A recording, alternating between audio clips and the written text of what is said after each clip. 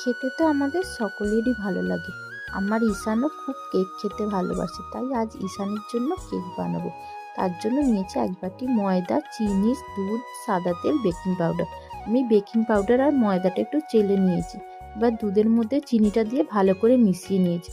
এবার ময়দার মধ্যে 1 চিমটি নুন আর 1 চিমটি খাবার সোডা দিয়ে ভালো করে শুকনো উপকরণগুলো মিশিয়ে নিয়ে দুধ দিয়ে আমি একটা ব্যাটার বানিয়ে নিয়েছি। এবার অল্প একটু সাদা তেল দিয়ে আবারও ভালো করে ফেটে নিয়েছি। এবার একটা এরকম বাটি নিয়ে তাতে নর্মাল কাগজ কেটে আমি অল্প একটু তেল ব্রাশ করে নিয়েছি। এবার বাটির মধ্যে ব্যাটারটা ঢেলে দিয়ে আমি স্ট্যান্ডে বসিয়ে দিয়েছি। এবার যেহেতু ঈশানের জন্য বানাবো, তাই ওর পছন্দের জেমসটা দিয়েছি আর দিয়েছি কাজু কিশমিশ। কিছুক্ষণ পরে চাপা খুলে দেখবে এরকম ফুলে গেছে, আবারও চাপা দিয়ে রেখে দেবে।